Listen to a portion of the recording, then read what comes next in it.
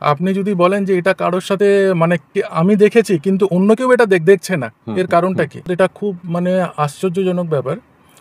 প্রথমত হচ্ছে কি, আমি ৬-৭ বছর বয়স থেকে কিছু অভিজ্ঞতা আমার জীবনে ক্রমাগত ঘটতে থাকে এবং এখনও ঘটে চলেছে। তার দুটো ঘটনার কথা আপনাকে বলছি। যেটা বলছি সেটা আপনার ৭০ সালের আগের ঘটনা। তখন আমার বয়স ধরুন ৬-৭ বছর। তখন হঠাৎ একজন সন্ন্যাসী এসে আমার হাতটা চেপে ধরে। বয়স্ক সন্ন্যাসী, জটা টটা সব আছে, নিচে খালি ওনার গেরুয়া পরা, ওপরে কোনো বস্ত্র নেই। আচ্ছা। তখন মা আমাকে ধমকে বলছে, ওঠ গাড়িতে।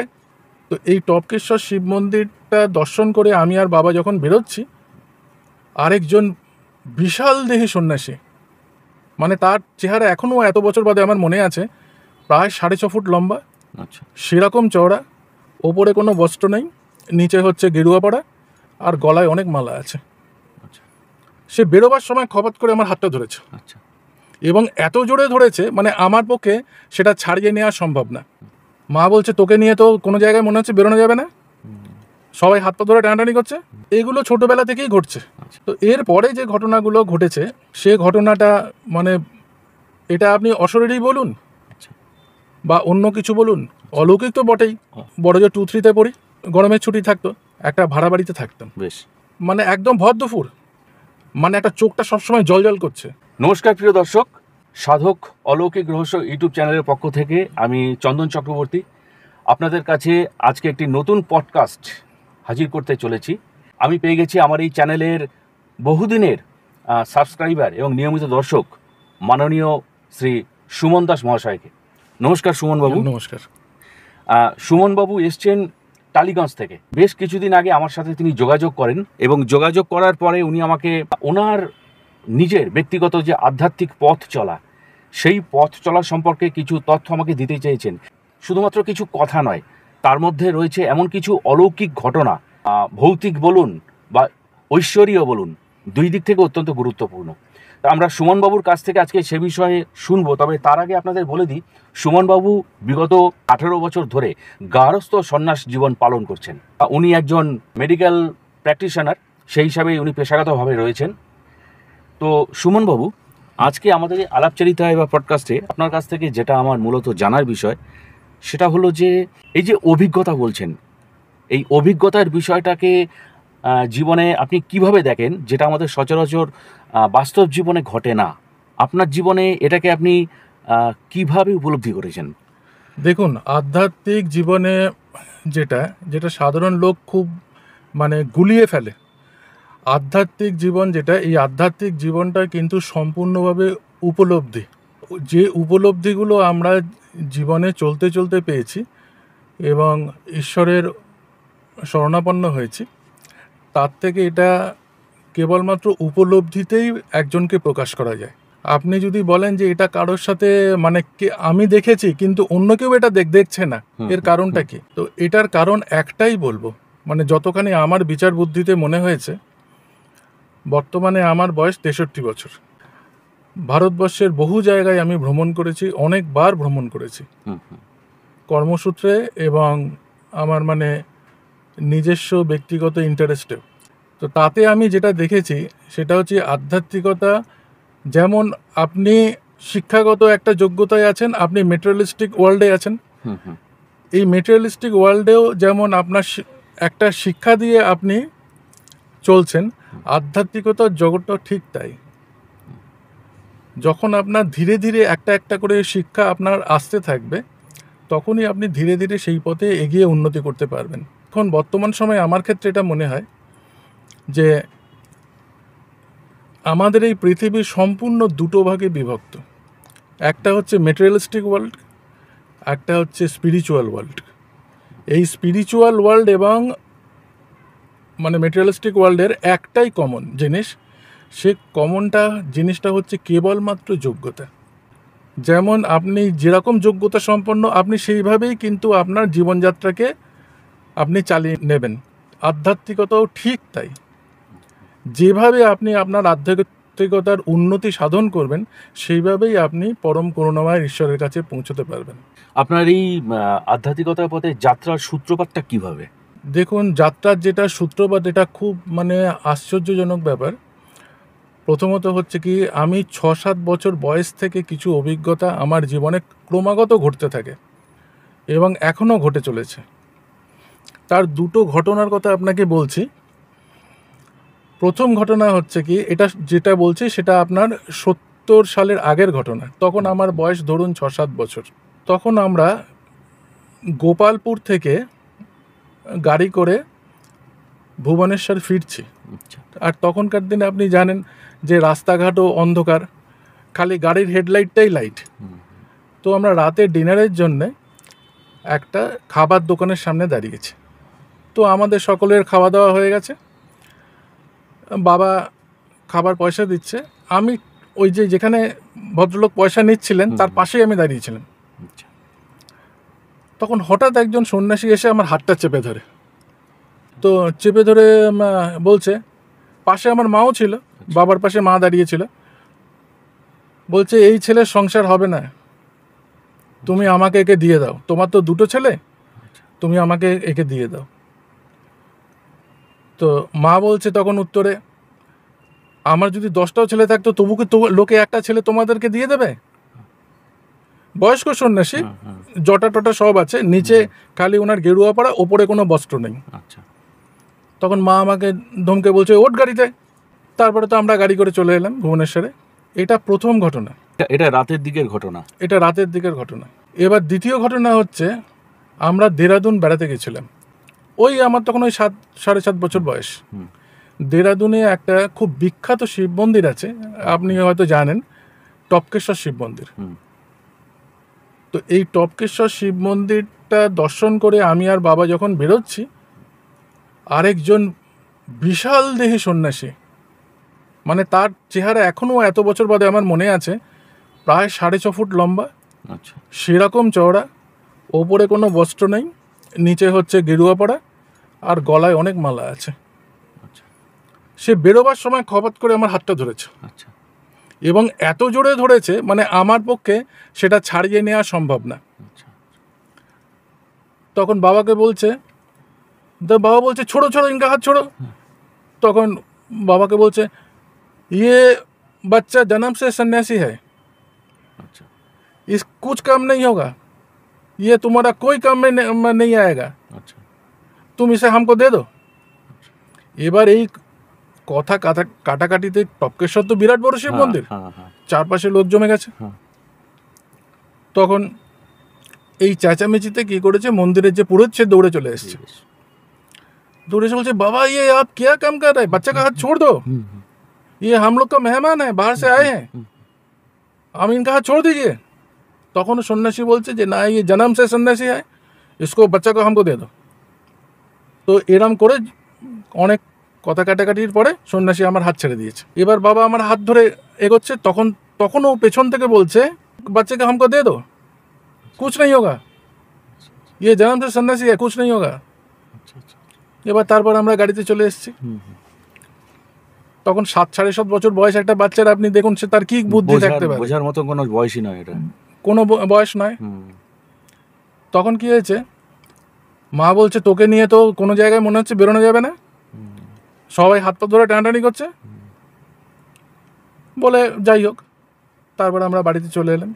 এগুলো ছোটবেলা থেকেই ঘটছে। তো এর পরে যে ঘটনাগুলো ঘটেছে, সে ঘটনাটা মানে এটা আপনি অশরীরই বলুন বা অন্য কিছু বলুন, অলৌকিক তো বটেই। তখন আমাদের মানে বড় যে 2-3-তে পড়ি, গরমের ছুটি থাকতো, খেয়ে দিয়ে ঘুমিয়ে পড়েছি। মানে এটা তখন আপনারা কোথায়, কোন জায়গায় রয়েছে? আমরা তখন, আমাদের বাড়ি টালিগঞ্জে হয়নি, আমরা তখন কলেজ স্ট্রিটে একটা ভাড়া বাড়িতে থাকতাম। বেশ। হ্যাঁ, সেই ভাড়া বাড়িতে, মানে ইউনিভার্সিটি থেকে আমাদের বাড়ির দূরত্ব ছিল 5 মিনিটের ওয়াকিং ডিস্টেন্স। আচ্ছা আচ্ছা। তো সেখানে থাকতাম, সেটা একটা খুব বড় ফ্ল্যাট ছিল। তো তারপরে শুয়ে পড়েছি, মানে একদম ভর দুপুর, বয়স 7 বছর 7.5 বছর, বুঝতেই পারছেন। তো আমি দেখছি সম্পূর্ণ দিনের বেলা, আমি দেখছি একজন মানে বুড়ি, সে হাতের মধ্যে লাঠি নিয়ে টুকটুক করে আমার ঘরের মধ্যে ঢুকেছে। আমি তখন খাটের মধ্যে বসে আছি, ওকে দেখে। একতলা ঘর? না, আমরা দোতলায় থাকতাম। আচ্ছা, তার মানে সে সিঁড়ি দিয়ে উঠেছে? হ্যাঁ। ঢুকছে, আমাদের বেডরুমে ঢুকছে। আচ্ছা এখন ঘরের মধ্যে কেউ নেই, আর আমরা যে ঘরে শুতাম সে ঘরে মা, আমার দিদি আর আমরা 2 ভাই আচ্ছা সেই ঘরে শুতাম। বেশ বড় বেডরুম, আর তার সাথে একটা বিরাট বড় বারান্দা আছে। এখন ওনাকে দেখে আমি খুব ভয় পেয়ে গেছি। ওনার চেহারা এখনো আমার পরিষ্কার মনে আছে, সাদা কাপড় পরা, লাঠি ঠুকে এসছে, আচ্ছা গাল দুটো ভাঙা, তীক্ষ্ণ নাক, আর চোখ দুটো টানা টানা, কিন্তু চোখের মধ্যে দিয়ে মানে একটা চোখটা সবসময় জল জল করছে, উজ্জ্বল চোখ। উজ্জ্বল চোখ, হুম ভেরি ব্রাইট আইস। তারপরে আমি দেখে প্রচণ্ড ভয় পেয়ে গেছি। আচ্ছা আমাকে বলছে, তুমি ভয় পেও না, তুমি ভয় পেও না, আমি তোমাকে দেখতে আসি, বলে অদৃশ্য হয়ে গেল। আচ্ছা, তখন যে সময় উনি এটা বলেছেন তখন শুধু আপনিই ছিলেন ওইখানে? হ্যাঁ, ওই ঘরে আমি আর ছিলাম। বাকিরা তখন ওখানে কেউ ছিলেন না, না, কেউ ছিল না। আচ্ছা, অদৃশ্যর ব্যাপারটা যে বলছেন ওটা কি পুরো হাওয়ায় মিলেই যাওয়া? হ্যাঁ, পুরো হাওয়ায় মিলিয়ে চোখের যায়। সামনে এটা হলো? চোখের সামনে, বাহ। এবং ভর দুপুর বেলা।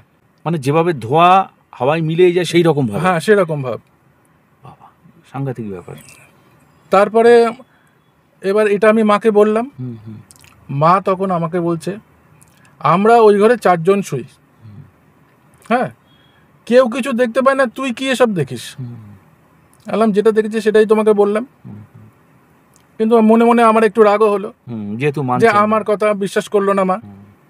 আচ্ছা, এর কিছুদিন বাদে আমি আবার কি করেছি, ওই খেয়ে দে, সম্ভবত ছুটি ছিল, অতদিন আগের কথা তো মনে নেই, হুম, হুম, আমরা যে খাটে ঘুমোতাম সেই খাটে আমি ঘুমিয়ে পড়েছি আচ্ছা, দুপুরবেলার দিকে? দুপুরবেলায়। হুম, তখন আমি হঠাৎ আমার চোখ খুলে গেছে।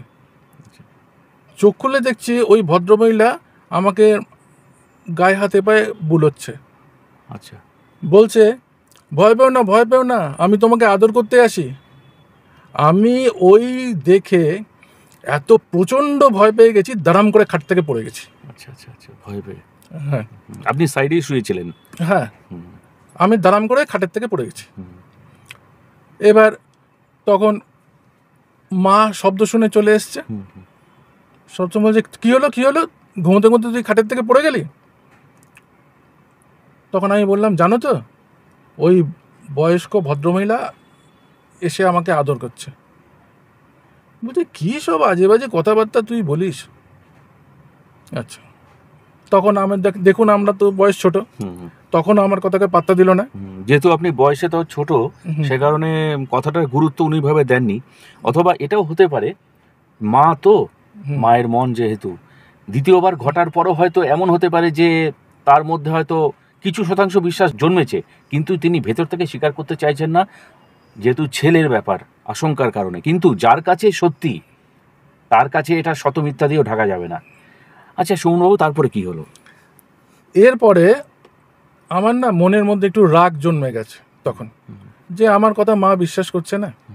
ঠিক আছে, তো আমার পড়ার ঘর সম্পূর্ণ আলাদা ছিল। আমি যে ঘরে পড়তাম সেই ঘরে একটা খাট ছিল, সেই খাটে কেউ শুতো না। আচ্ছা, তো আমি মাকে বললাম, শোনো, আজ থেকে আমি তোমাদের সাথে আর শোবো না, তুমি আমাকে ওই খাটে বিছানা করে দাও। পাশের ঘরে? হ্যাঁ, আচ্ছা, ওই খাটে বিছানা করে দাও, ওই খাটে আমি শোবো। মা বললে, শুবি, আচ্ছা। কিসের অসুবিধে? তখন আপনার কত বয়স? 7 থেকে 7.5 বছর। আচ্ছা, মানে সময়ে কিন্তু খুব একটা যে পার্থক্য তা নয়, এর না। মধ্যে ঘটনাগুলো পরপর ঘটছে। হুম, এবার তখন কি হয়েছে, মা বললো, শুবি, আলাম, ঠিক আছে। তো ওই ঘরে আমি এমনিই পড়তাম, কেউ থাকতো না ও ঘরে। তো তারপর থেকে এই প্রথম আমি মার থেকে আলাদা হয়ে গেলাম ওই বয়সে। 8 বছরের মধ্যে? হ্যাঁ, আর ওই ঘরে আমি শুতাম না। তারপর একদিন রাতে মা দরজায় ঠকঠক করছে, বলছে, তুই রাতের লাইট জ্বালিয়ে শুস কেন, তোর কি ভয় করে? আমি বললাম, না, আমার ভয় করে না, লাইট জ্বালিয়ে শুলে আমার ঘুম আসে। বলছে, আচ্ছা ঠিক আছে। এবার আমরা সকলে দরজা বন্ধ করে শুতাম। আচ্ছা, মার ঘরের দরজা বন্ধ, আমার ঘরের দরজা বন্ধ। এখন সেই ফ্ল্যাটটা ছিল 4 কামরার ফ্ল্যাট। আচ্ছা, মানে প্রায় ধরুন আজকালকার দিনের হিসাবে সেটা প্রায় 2000 স্কোয়ার ফিটের ফ্ল্যাট। কিন্তু যখন আমি লাইট জ্বালিয়েও শুয়েছি, তখন আমি দেখেছি দরজার সামনে ওই মহিলা দাঁড়িয়ে আছে ঘরের ভেতরে। ঘরের ভেতর দরজা কিন্তু বন্ধ? দরজা বন্ধ। আর ভদ্রমহিলা কিন্তু সবসময় আমাকে বলছে, তুমি ভয় পেও না, তোমাকে আমি দেখতে আসি, তোমাকে আমি আদর করতে আসি। এর মধ্যে কয়েক বছর কেটে গেছে, বাংলাদেশ ওয়ার হয়েছে। 71। ওয়ারের পরেই ঠিক একটা ঘটনা ঘটলো। একদিন আমার কাছে একটা ছায়ামূর্তির মতো একজন এলো, এসে আমাকে বলছে, শোনো, আমি তোমার পূর্বজন্মের বন্ধু, আমি মিলিটারি, আচ্ছা। তুমি আমাকে চিনতে পারছো না? আমি কিন্তু দেখছি একটা ছায়া, কিন্তু ওর প্রত্যেকটা কথা আমি পরিষ্কার শুনতে পাচ্ছি। সেটা কোথায়? আমার বেডরুমে, কলেজ স্ট্রিটে। কলেজ স্ট্রিটেই? হ্যাঁ, আচ্ছা। আমারই বেডরুমে, যা আচ্ছা। ঘটছে সব আমারই বেডরুমে। হুম। তারপরে আমি বললাম, কি করব আমি? বলছে, শোনো, তুমি আমার পূর্বজন্মের বন্ধু, খুব ভালো বন্ধু, আমি তো মারা গেছিলাম, তুমি জানতে? আচ্ছা। তো তুমি আমাকে গয়ায় প্রেতশিলায় পিণ্ডদান করবে, কিন্তু নাম আমাকে বলেনি। তখন বলে চলে গেল। ও আরেকটা কথা বলেছে, দেখো, রাত 12টার পর কিন্তু আমার থাকতে এখানে খুব কষ্ট হয়, হুম। আমি রাত 12টার পরে আর থাকতে পারবো না, আচ্ছা। বলে চলে গেল। তারপর আমি বাড়িতে কথা বললাম এটা নিয়ে, কেউ কোনো কথার কোনো গুরুত্ব দিল না। গুরুত্ব দিল না। আচ্ছা, এবার 2-3বার এইরকম ঘটনা আমার বেডরুমে হয়েছে। সেই বন্ধু কি আর এসেছিলেন? হ্যাঁ, আচ্ছা। প্রত্যেকবারই আসছে, আচ্ছা। এসে আমাকে ওই একই কথাই বলছে, আর রাত 12টার পরে চলে যায়। এবার একদিন আমার এমন অবস্থা হয়েছে, বাবার আলাদা শোবার ঘর ছিল, কারণ বাবা অনেক রাজপঞ্জিত কাজ করতো। হুম। বাবা খুব বড় ব্যাংক অফিসার ছিলেন, হুম। প্রচুর কাজের চাপ থাকতো। তো বাবার খাটে আমি গিয়ে শুয়ে পড়েছি। তারপরে বাবা এসছে, বলছে, তোর কি হয়েছে? আমি বলছি, শোনো, আমার ওই বন্ধুর কথা মাকে আমি বলেছি, আমার ওই মিলিটারি বন্ধু, আমার পূর্বজন্মের, সে বলছে তুমি গয়াতে যাও, গয়াতে গিয়ে প্রেতশিলাতে আমার পিণ্ড দান করো। আর ওর 12টার পরে থাকতে খুব কষ্ট হয়, ও 12টার পরে চলে যায়। এখন কি হয়েছে, ঘটনাটা এমন কোইন্সিডেন্টালি হয়েছে, বাবার ওই ঘরে কিন্তু কোনো ঘড়ি ছিল না, যা ঘড়ি সেটা বাবার হাতে রিস্ট ওয়াচ, দেওয়াল ঘড়ি ছিল না আর কি? কোনো দেওয়াল ঘড়ি ছিল না। তখন মা বলছে, ও 12টার পরে চলে যায়? বললাম, হ্যাঁ, ও 12টার পরে চলে যায়, ও 12টার পরে থাকতে খুব কষ্ট হয়, ও থাকতে পারে না। এবার এই কথাবার্তা বলতে বলতে তখন ওরা সবাই জিজ্ঞেস করছে, আমাদের সাথে আমার বাবার ভাইরাও থাকতো, কাকারা থাকতেন। তখন বলছে, এখন কটা বাজে? আমি বলছি, এখনো 12টা বাজেনি। এবার ঠিক তার 5-7 মিনিট বাদে 12টা বেজেছে। তখন আমি বললাম, এখন 12টা বেজেছে, ও চলে যাচ্ছে। তখন মা বললো, কী করে বললো এই কথাটা, এই ঘরে তো কোনো ঘড়ি নেই। তখন বাবা রিস্টো আছে, দেখছে 12টাই বাজে, কাটায় 12টা বাজে। তখন বাবা বললো, দেখ, এখন তো আমার খুব কাজের চাপ আছে। তারপর এর মধ্যে আমার ঠাকুমারও মানে মারা গেছেন। বাবা প্রত্যেক বছর বাৎসরিক করতো বাড়িতে। বলছে, আমিও যাব, কিন্তু এক অফিস থেকে ছুটি পাওয়ার ব্যাপার আছে, একটু দাঁড়িয়ে যা। মানে কোথায় যাওয়ার? গয়াতে। হ্যাঁ। তারপরে তো আমি চলে গেছি। এরপরে বেশ 3-4 দিন কেটে গেছে, আবার ও এসছে। আচ্ছা, বন্ধু এসছে। এসে আমাকে বলছে, কি হলো? আমি তখন বললাম যে আমার বাবা তো এখন ছুটি পাবে না, 10-12 দিন বাদে বলেছে ছুটি পাবে, তখন আমি তোমার পিণ্ডদান করব। কিন্তু সবচেয়ে আশ্চর্যের ব্যাপার, কোনো দিন কিন্তু আমাকে নামটা বলেনি। কিন্তু নাম ছাড়া সেখানে তো কাজটা করা যায়। আচ্ছা, হ্যাঁ, যায়। 10-12 দিন বাদে আমরা সকলে মিলে গেলাম। সকলে মিলে গিয়ে তো আমার ঠাকুমার কাজটা হলো। তারপরে প্রেতশিলাতে সিঁড়ি দিয়ে উঠে আমার বন্ধুর পিণ্ডদান করলাম। আচ্ছা। তখন পিণ্ডদান করার সময় এগুলো কথাগুলো আমার পরিষ্কার এখনো মনে আছে। পিণ্ডদান করার সময় বারবার উনি জিজ্ঞেস করছেন যে আপনার বন্ধুর নামটা বলুন। আমি বলছি, দেখুন, আমাকে কোনোদিন নাম বলেনি। বলছে, তাহলে মনে মনে তুমি তোমার মানে বন্ধুকে স্মরণ করে, কিন্তু আমি দেখতাম খালি একটা ছায়ামূর্তির মতো, একটা অবয়ব। তখন তাহলে তার উদ্দেশ্যে তুমি বলো যে আমি তোমার পিণ্ড দান করলাম, তুমি ভালো থেকো। তখন আমার বয়স আপনি বুঝতেই পারছেন। তারপরে পিণ্ড দান করলাম, পিণ্ড দান করে নেমে এলাম। আমাদের যিনি তীর্থগুরু ছিলেন, মানে গয়াতে আপনি যদি পিণ্ড দান করতে যান, একজন তীর্থগুরু থাকে। আচ্ছা। তো এই তীর্থগুরুর নাম হচ্ছে রামদাস কাটারিয়া। মানে প্রত্যেকের আলাদা আলাদা তীর্থগুরু হয়, আমাদের তীর্থগুরু হচ্ছে রামদাস কাটারিয়া। তখন এই ঘটনার কথাটা উনি বাবা বলেছিল যে আমার ছেলে এসব দেখছে, বলছে আপনি পিণ্ডদান করুন, করে এসে দেখা করুন আমার সাথে। তারপর সব ভালোভাবেই যখন হয়ে গেছে তখন উনি বললেন খুব ঠিক আছে, সব সুষ্ঠুভাবে সম্পন্ন হয়েছে, চলুন আপনাদেরকে একটা জিনিস দেখাই। তো তারপরে বাবা মা আমরা সকলে মিলে উনি একজনকে বললেন যাও তো ওই খাতাটাকে নিয়ে এসো। বলে একটা বিরাট একটা জাবদা খাতা নিয়ে এসছে, বিশাল। নিয়ে এসে পাতাগুলো উল্টে বলছে আমাদের এখানে রবীন্দ্রনাথ ঠাকুর এসেছিলেন, আপনি দেখুন ওনার সই করা আছে এখানে, বলে আমাদেরকে সইটা দেখালেন। কবিগুরু রবীন্দ্রনাথ ঠাকুরের সইটা আমাদেরকে দেখালেন। আমরা তো মোটামুটি পরিচিত ওনার সইয়ের সাথে, সবাই, হ্যাঁ সবাই পরিচিত, এবং বাংলায় সই করা। বাংলায়। তো সেটা দেখলাম, দেখে তারপর আমরা বাড়ি ফিরে এলাম। তো বাড়ি ফিরে আসার পরে সবচেয়ে যে ঘটনাটা আশ্চর্যজনক যে ঘটনাটা হলো সেটা হচ্ছে কি, ওই ভদ্রমহিলা আজ পর্যন্ত কোনো দিন আর আমার সামনে আর দেখা করতে আসেনি। যে মানে বৃদ্ধা মহিলা আসতো, আচ্ছা, সেটা কি গয়া পিণ্ডদানের পর থেকে ইমিডিয়েট পরের থেকে? আর সেই বন্ধু তো আসেননি আর? না, সেই বন্ধুও আসেনি। মানে সেই বন্ধু আর আসেননি, সেই বয়স্কা ভদ্রমহিলাও আর আসেননি? বয়স্কা ভদ্রমহিলাও আর আসেনি। আচ্ছা, সেটা তার মানে আপনার 8 বছর পর্যন্ত এনারা এসছেন? হ্যাঁ।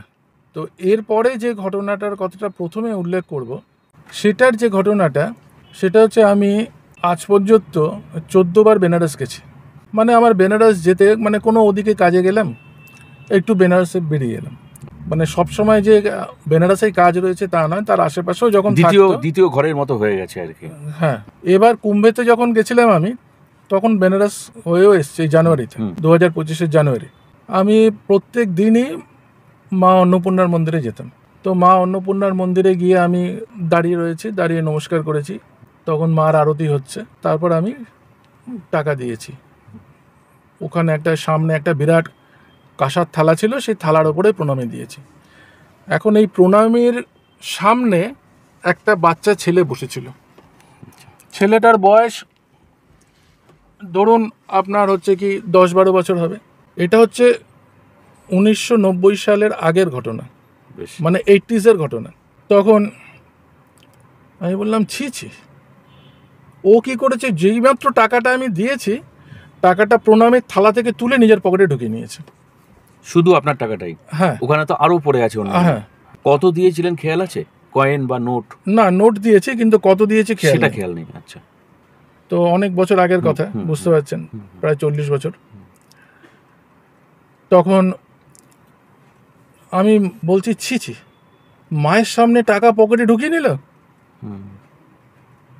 বলে এবার তো আমি ফিরে এসেছি, হোটেলে ফিরে এসেছি। এখন আমার একটা স্বভাব আছে, আমি যখনই, কারণ আমি প্রচুর বাইরে ভ্রমণ করেছি, তো টাইমিংয়ের একটা ব্যাপার থাকে সব সময়। আমি সকালবেলা 8টার পরে আর হোটেলে থাকি না, আমি আমার জায়গায় বেরিয়ে যাই। যার জন্যে ওটা আমার এখনও অভ্যেস আছে যে আমি ঘড়ি পরে শুই। আচ্ছা। মানে আমি যদি বাইরে যাই, আমি ঘড়িটা পরেই শুই। আচ্ছা। তো 8টার মধ্যে সমস্ত কিছু কাজ করে আমি বেরিয়ে যাই। তারপর যখন ফিরলাম, তো এবার 3টের সময় আমার ঘুম ভেঙে গেছে। তখনও কিন্তু আমি ঘড়ি দেখিনি। বেনারসে হোটেলে। আচ্ছা। তখন দেখছি 4টে সোনার ঘন্টা ঘরের মধ্যে খুব সুন্দর রিদমে বাজছে। আচ্ছা, সোনার ঘন্টা ঝুলছে? শূন্য থেকে ঝুলছে। হ্যাঁ, শূন্য থেকে ঝুলছে। এখানে একটু বলার আছে আপনাকে, যখন আমার এই দর্শনগুলো হয়েছে তখন কিন্তু আমি আমার বডিতে থাকি না, আমি আমার বডি থেকে সম্পূর্ণ বাইরে বেরিয়ে যাই। সেটা কি আপনার থেকেই হয়? আপনা থেকেই হয়। মানে আমি আমার যে সূক্ষ্ম শরীর, এই শরীরটা কিন্তু আমি বহুবার দর্শন করেছি বাইরে থেকে। এটা নিয়ে পরে আমি আপনাকে বলবো, কারণ এটার একটা ইমপ্লিকেশনস আছে। আচ্ছা। তো আমি তখন আমার বাইরে বেরিয়ে গেছি, আর দেখছি যে সম্পূর্ণ মানে 4টে সোনার ঘন্টা খুব সুন্দর রিদমে বাজছে। তো এবার ওটা ঘন্টার শব্দটা বন্ধ হলো, দেখছি মা এসছে। মা অন্নপূর্ণা এসছেন। মা অন্নপূর্ণা, মানে কি বলবো আপনাকে, মানে ভাষায় প্রকাশ করার মতো তো মানে ভাষা নেই আমার কাছে। গায়ের রং মানে কাঞ্চন বর্ণা বলে না, হুম, হুম, কাঞ্চন বর্ণা, সারা গা সোনার মানে গয়নায় অলঙ্কারে আবৃত। অলঙ্কৃত, হুম, হাতে ত্রিশূল, আচ্ছা, টিকালো নাক, আচ্ছা, সুন্দর চোখ, টানা টানা সুন্দর চোখ, আচ্ছা, মাথায় সোনার মুকুট, আর লাল রঙের বেনারসি। আচ্ছা, মা আচ্ছা। পড়ে আছে। মা বলছে শোন, মুখটা না একটু রাগ রাগ রাগ ভাব। বলছে শোন, এদের সমস্ত খাওয়া থাকার বন্দোবস্ত আমিই করে দিই, আর এমনকি এদের হাত খরচের টাকাটা পর্যন্ত আমি জোগাড় করে দিই। সেই ছেলেটির প্রসঙ্গে আর কি বিষয়টা বোধহয় এসছে। হ্যাঁ, হুম, বলে মা অন্তর্হিত হয়ে গেল। এবার তারপরে আমি ধীরে ধীরে ধীরে ধীরে আবার আমার বডির মধ্যে চলে এলাম। আচ্ছা, কারণ তখন আমার এই অবস্থাগুলো হয় যে আমার শরীরের কোনো বোধ থাকে না, দেহবোধ থাকে না। কোনো দেহবোধ থাকে না। তো তারপরে আমি ঘড়িতে দেখছি মানে কি হলো ব্যাপারটা। তো আমি ঘড়িতে দেখলাম 3টে বাজে। এই হলো আমার মা অন্নপূর্ণার দর্শন। প্রিয় দর্শক, আপনারা তো শুনতে পাচ্ছেন, সুমনবাবুর কথা আটকাতে আমার একদমই ভালো লাগছে না। উনি কথা বলে যাচ্ছেন, আমি তো মুগ্ধ হয়ে শুনছি, আপনারা ওপার থেকে নিশ্চয়ই শুনছেন। এবং এই ঘটনাগুলো যখন হচ্ছে, মনে হচ্ছে না সাধক অলৌকিক রহস্য চ্যানেলের কোনো স্টুডিওতে আমি বসে আছি। আমি পৌঁছে যাচ্ছি বেনারসে। ঈশ্বর দর্শনের সৌভাগ্য শুধু আমার নয়, বহু লক্ষ কোটি মানুষের হয় না, আবার কারোর কারোর হয়। আমাদের পরম সৌভাগ্য, আজকে সুমনবাবু আমাদের মধ্যে এসছেন এবং ওনার এই দেবোপম অভিজ্ঞতা উনি আমাদের সঙ্গে শেয়ার করছেন। আমরা খুবই সৌভাগ্যবান। আচ্ছা সুমনবাবু, তারপরে কি হলো? তো এরপরে আমার মনে একটা জিনিস মানে দৃঢ়ভাবে বসে গেল যে ঈশ্বরই আমাদেরকে খাদ্য সংগ্রহ করে দেন। ঈশ্বর আমাদেরকে খাওয়াচ্ছেন বলে আমরা খেতে পাচ্ছি, সেই আশীর্বাদটুকু আছে বলে আমরা খাদ্য গ্রহণ করতে পারছি। এই মনোভাব কিন্তু এখনো পর্যন্ত আমার মনের মধ্যে সূর্য দৃঢ়ভাবে প্রথিত আছে যে মাই আমাকে খেতে দেয়, আমি মানে আমরা নিমিত্ত মাত্র। তো এইভাবে মা অন্নপূর্ণার আমার দর্শন হলো। এরপরে হচ্ছে কি, সাথে সাথেই এক ঘটনা যেটা, সেটা হচ্ছে আমি আমার গুরুদেব, উনি তারাখ্যাপার শিষ্য, ডাইরেক্ট শিষ্য, আচ্ছা, বসিরহাটে তারাখাপা। বসিরহাটের তারাখ্যাপা। তো তারাখ্যাপার নাম তো আর মানে সকলেই জানে, আলাদা করে কিছু বলার নেই। তো আমার গুরুদেবের নাম স্বামী নির্বাদানন্দ পুরী, উনি সন্ন্যাসী। তো ওনার সাথে আমি বেনারস গেছি, একবারই আমি গেছি। উনি আমাকে বললেন তুই যেতে পারবি আমার সাথে বেনারসে? বললাম হ্যাঁ চলুন। তো আমরা একটা গেস্ট হাউসে উঠেছিলাম। গেস্ট হাউসটা হচ্ছে একটা সুগার কোম্পানি মালিকের গেস্ট হাউস। তো আগেকার দিনের যে পুরনো জমিদার বাড়ি দেখেছেন, তাদের যে ডিজাইন, সেই ডিজাইন, কিন্তু অত বিরাট না, একটু ছোট। তো সেখানে একটা রুমে আমি আর উনি থাকতাম। এখন আমাদের রুমটা ছিল ওপরে দোতলায়, আর নিচে যেরকম পুরনো বাড়িতে এদিকে ঘর থাকে, মধ্যিখানে উঠোন থাকে, আর ওপরেরটা ওরা গেস্ট হাউস হিসেবে ভাড়া দিত, বিভিন্ন রুম গেস্ট হাউস হিসেবে ভাড়া দিত। তো ওখানে আমরা 3 দিন ছিলাম। গদুলিয়া থেকে 10 মিনিটের ওয়াকিং ডিস্টেন্স এই বাড়িটা। তো তখন আমাকে একদিন উনি বলছেন, ও তার আগে একটা ঘটনা আছে। যখন আমরা উঠেছি গেস্ট হাউসে, গেস্ট হাউসের মধ্যে দেখুন কাজ করার লোক, কুক, দারোয়ান সবাই আছে। আমাদেরকে বলছে বাবু আপনারা কিন্তু 9টার মধ্যে চলে আসবেন। এখন আমি আর আমার গুরুদেব প্রত্যেক দিনই মা অন্নপূর্ণার মন্দিরে যেতাম। আমরা বললাম, হ্যাঁ আমরা অত রাতে বাইরে কি করব, আমরা চলে আসবো 9টার মধ্যে। 9টার পর কিন্তু আপনারা আর বেরোবেন না, আমরা দরজায় তালা দিয়ে চলে যাব। বললাম কেন, তোমরা কেউ ঘরের মধ্যে এখানে থাকো না, এত বড় বিরাট বাড়ি? বলছে না। বললাম সে কি? তারপরে কুক যে, সেখানে একটা খুব ভালো বন্দোবস্ত ছিল, মানে আপনি যা বলবেন কুক তাই রান্না করে দেবে। আপনি বাজার করে যদি ওকে দেন, ও রান্না করে দেবে। একদিন কি করেছে, আমরা 3 রাত ছিলাম। তো আমাকে প্রথম দিন রাতে উঠে বলছে আমরা থাকি 2 জন, কিন্তু আমাদের ঘরে তো থাকে 4 জন।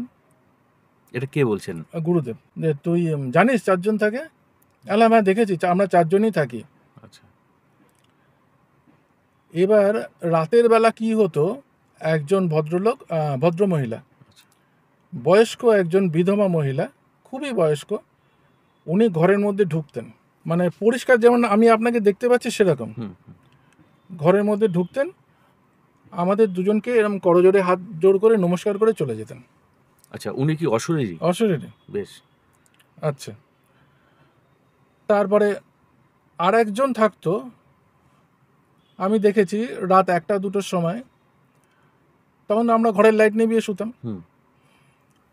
উনি ঘরের মাঝখানে মানে শূন্য স্থানে বিচরণ করত, বিরাট চেহারা, আচ্ছা ধুতি পরা, গায়ের রং সাদা, সম্পূর্ণ সাদা, আচ্ছা আর গলায় এরা মোটা উপবিদ এদিক দিয়ে এদিকে আছে, আচ্ছা আচ্ছা। কিন্তু তার মাথাটা দেখতে পেতাম না। এবার আমি একদিন বলছি, তারপরের দিন বলছি, আপনি ওইখানে শূন্যস্থানে থাকেন, কিন্তু মাথার আপনাকে তো কোনোদিন ওই মুখটা দেখতে পাচ্ছি না। আচ্ছা যেই মাত্র বলেছি, বলার সাথে সাথে কি করেছে, উনি মাথাটাকে টোটাল উল্টো দিকে ঘুরিয়ে দিয়েছে। মানে ধরুন আমরা তো মাথাটাকে পুরো পেছন দিকে ঘোরাতে পারি না, 360-তে পারি না। উনি টোটাল উল্টো দিকে ঘুরিয়ে দিয়েছে। উল্টো দিকে ঘুরিয়ে দিয়ে দেখছি সম্পূর্ণ মাথাটা একটা কঙ্কালের মাথা, ওই অবস্থায় রয়েছে। আচ্ছা কিন্তু আমার সবচেয়ে মানে যেটা বলার বক্তব্য আপনাকে, সেটা হচ্ছে কি, এগুলো দেখে কিন্তু আমার কোনো ভয় হতো না পরে পরে। হ্যাঁ, এটা তো সাধারণভাবে সহ্য করা মুশকিল, এটা সম্ভব না। কোনো ভয় হতো না আমার। আচ্ছা তারপরে আমার গুরুদেব বলেছেন, দেখতে ওনারা থাকে, আমরাও থাকি, আচ্ছা, কোনো সমস্যা নেই, কোনো সমস্যা সমস্যা নেই। তো 3 দিন থাকার পরে আমরা আবার কলকাতায় ফিরে এলাম। তো এর মধ্যে খুব সাধারণ একটা ঘটনা ঘটেছে, সে ঘটনাটা এরকম না। তখন আমাকে আমার গুরুদেব বললে, শোন আমরা তো চলে যাব, একটু মা অন্নপূর্ণার ভোগটা একদিন খেতে যাব, যাবি? বললাম হ্যাঁ চলুন না, কিন্তু তখন ছিল প্রচণ্ড গরম। আচ্ছা আর বেনারসের গরম তো জানেন আপনি। তো আমরা গেলাম, গিয়ে বেনারসের ওনার যে অন্নপূর্ণা মন্দিরের যিনি প্রধান, ওনাকে আপনারা টিভিতে দেখেছেন এবং অনেক চ্যানেলেও ওনাকে দেখেছেন। উনি গত 2-3 বছর আগে দেহরক্ষা করেছেন। আচ্ছা দেখবেন বিরাট লম্বা একজন মানে ভদ্রলোক, আর মাথার এখানে টিউমার আছে, আচ্ছা ঠিক এই জায়গায় এত বড় একটা টিউমার আছে। গুরুদেবকে বললাম, উনি বললেন দেখো বাবা, উনি কিন্তু বাংলা হিন্দি মিশিয়ে কথা বলতো, তো আমি এটা বাংলাতেই বলছি আপনাকে। বলছে 12টার অতি অবশ্যই 12টার আগে তোমরা আসবে, 12টার পর আসবে না। পুরোহিতজি বলছেন? হ্যাঁ, উনি প্রধান পুরোহিত বেনারস মানে মা অন্নপূর্ণা মন্দিরের। আচ্ছা তো আমরা গেলাম, উনি দোতলায় আমাদেরকে নিয়ে গেলেন।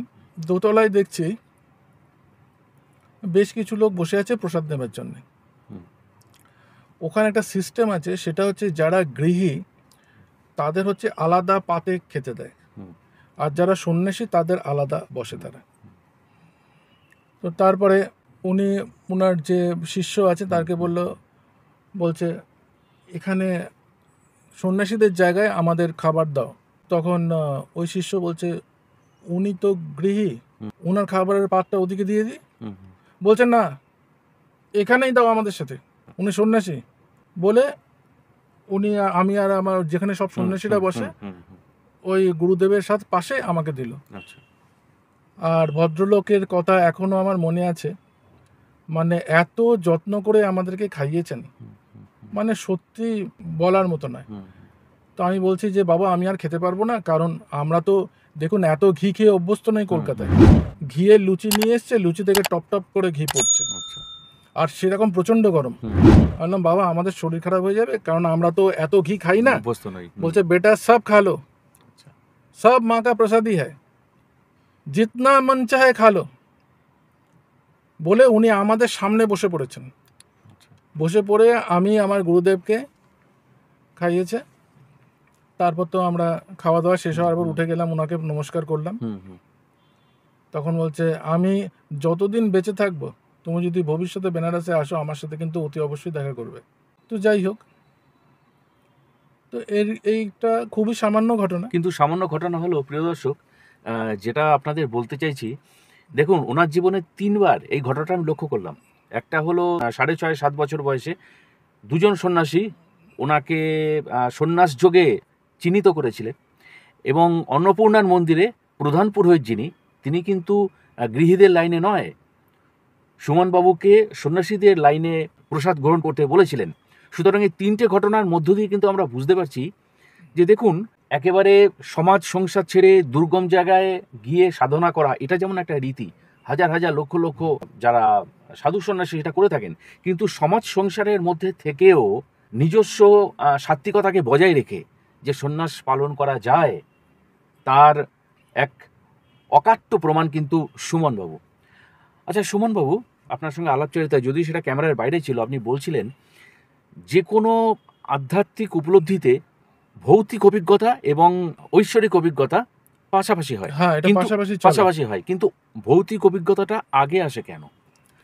দেখুন, আগে আসে মানে এটা আপনাকে বলছি, আমার যেটা ব্যক্তিগত অভিজ্ঞতা সেটা হচ্ছে কি, ভৌতিক অভিজ্ঞতা যখন সংগৃহীত হয়, এরা কিন্তু সকলে সূক্ষ্ম শরীর জীবী বলা যায়। আধ্যাত্মিক অভিজ্ঞতা যে সঞ্চয় হবে, এটা কিন্তু সূক্ষ্ম শরীরের মাধ্যমেই সঞ্চয় হবে।